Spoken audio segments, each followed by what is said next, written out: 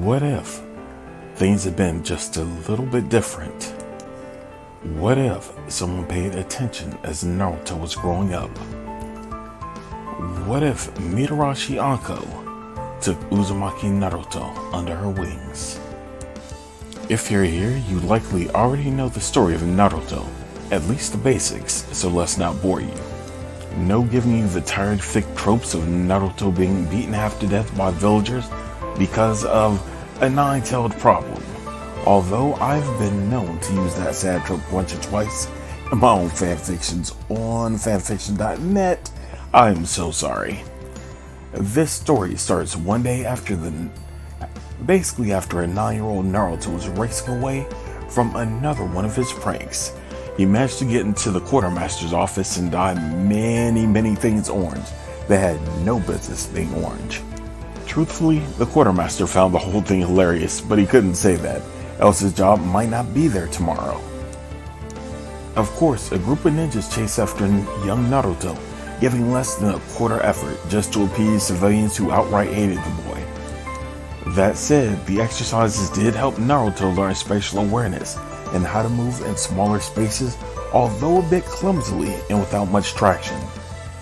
After making his way home and out of sight of those who were chasing him, note the chasing him part, Naruto was surprised to find a package in his house.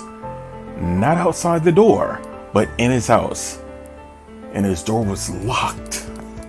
His first impulse was to run to the Hokage Tower. He wanted to race there as fast as his legs would take him. But as it was already dark and he didn't want to disturb his Gigi, the Lord Hokage and his grandfather type figure, Naruto just decided to see what it was. He fidgeted with it. He knew that was probably stupid, but Naruto, being a curious child, slowly opened the package with a pair of chopsticks. You know this boy's got ramen, so chopsticks obviously, and a bunch of fake snakes popped out. But vanished in a puff of smoke, leaving a note. Naruto was annoyed, but could respect the fellow prankster's work. Seeing what was safe, he looked in the box to find a letter. Its words simple enough a very small child could read it. But instead of getting mad that someone was essentially calling him stupid, he stopped cold at what it said.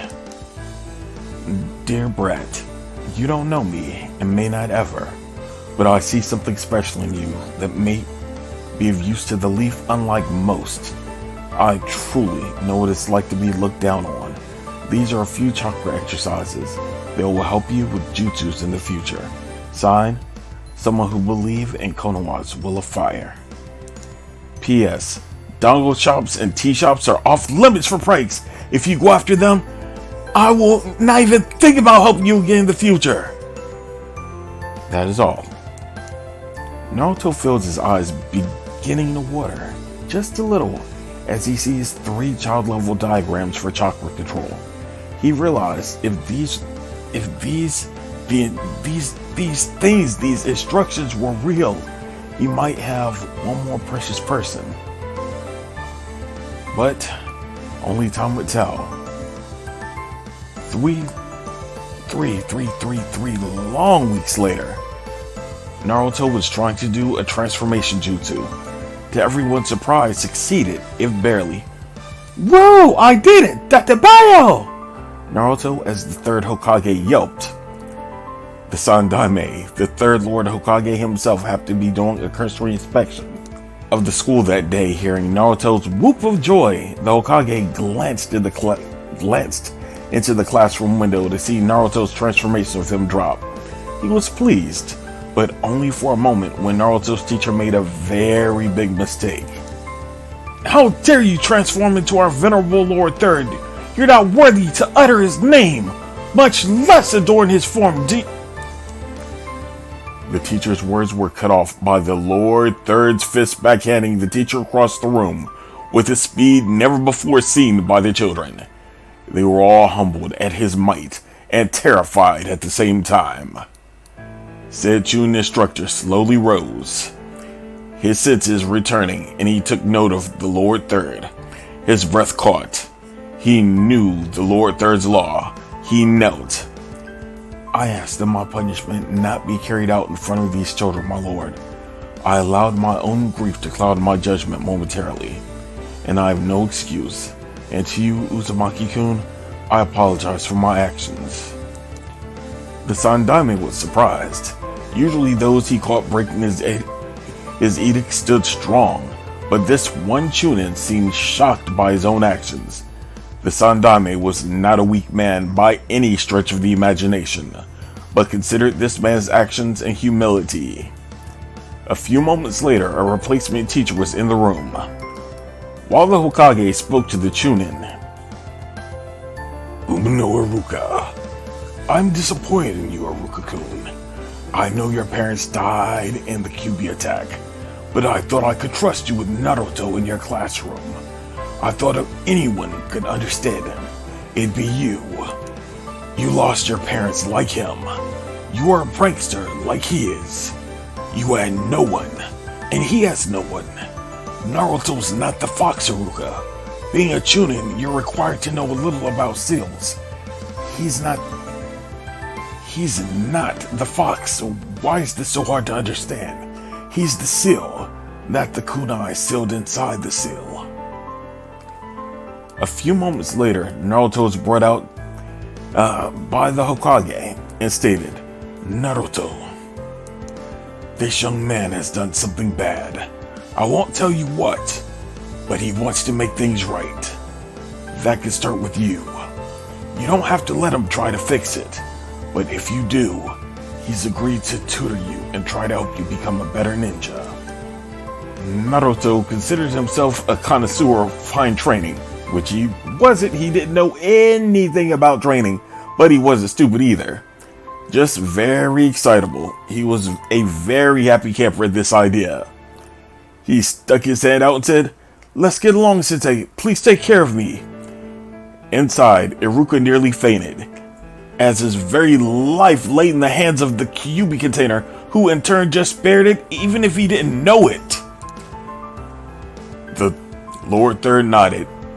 He nodded proudly, and the four hidden Anbu Black Ops vanished. No escort to torture and interrogation today for Iruka. A few hours later, Naruto arrived, home to see another package. This time, he was a bit more careful and managed to dodge all the snake toys. This time, the letter was a bit shorter, but still to the point. "Yeah, the idiot sensei you made up with today was once a friend. Note the once. He was a bit of a douche. Yeah, our friendship's kind of on the rocks a little bit, but yeah, thanks for going easy on him. Good job on the Henge technique, the transformation. So, yeah, about things. Here's some harder chakra control jump and a few taijutsu scrolls. I caught one of your magic. You need all the help you can get. Be good, Gaki. Signed, someone you're not cool enough to know yet." Naruto saw a diagram of a tree and a lake. "Okay, let's get to work. Believe it!" With Naruto not wanting his new help to stop before it started, he kept his mouth shut over the next few years. He met up with Umno Iruka a few times a month to work on classroom subjects outside of class, and got a few tips on moves from the scroll he was given. Although Iruka hadn't revealed he knew about the scroll and who gave them to him, he had been sworn to secrecy by said female ninja, and she scared him. But she did keep an eye on Naruto, and through Iruka trained Naruto. His taijutsu improved by leaps and bounds. Naruto's chakra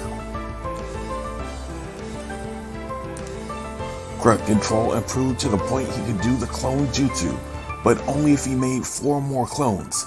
He didn't have enough control to do it less just yet. Having calmed down a bit too, due to the extra attention from Iruka caused Naruto not to be kicked out of quite so many stores. His life was improving, just a little bit. One day, Iruka's assistant teacher started putting 2 and 2 together, and didn't like the fact that the demon was getting stronger. That could not be allowed, so he, Mizuki, started scheming, finding a way to sabotage Uzumaki Naruto. It would not be easy with Iruka-sensei and the Hokage himself watching over the boy. But while the boy was not quite the dead last idiot he once was, he was not the sharpest tool in the shed. Naruto Uzumaki Naruto would not graduate and become a ninja of Konoha, not as long as Mizuki drew breath. Or it was a possible inconvenience for his master, Orochimaru. I know, we didn't get to the graduation arc yet, but this is not a normal what if. This is a what if that might delve a little deeper into the mythos. If you like what you saw here, feel free to like, subscribe, and share. No like goals because I'm new and a scrub. Whatever for basically what I said. I am a new and a scrub whatever for now. So keep your heads up, dragons. Be happy, be healthy, be safe, and may the storytelling swagger be with you. I'll catch you on the flip side. Later days.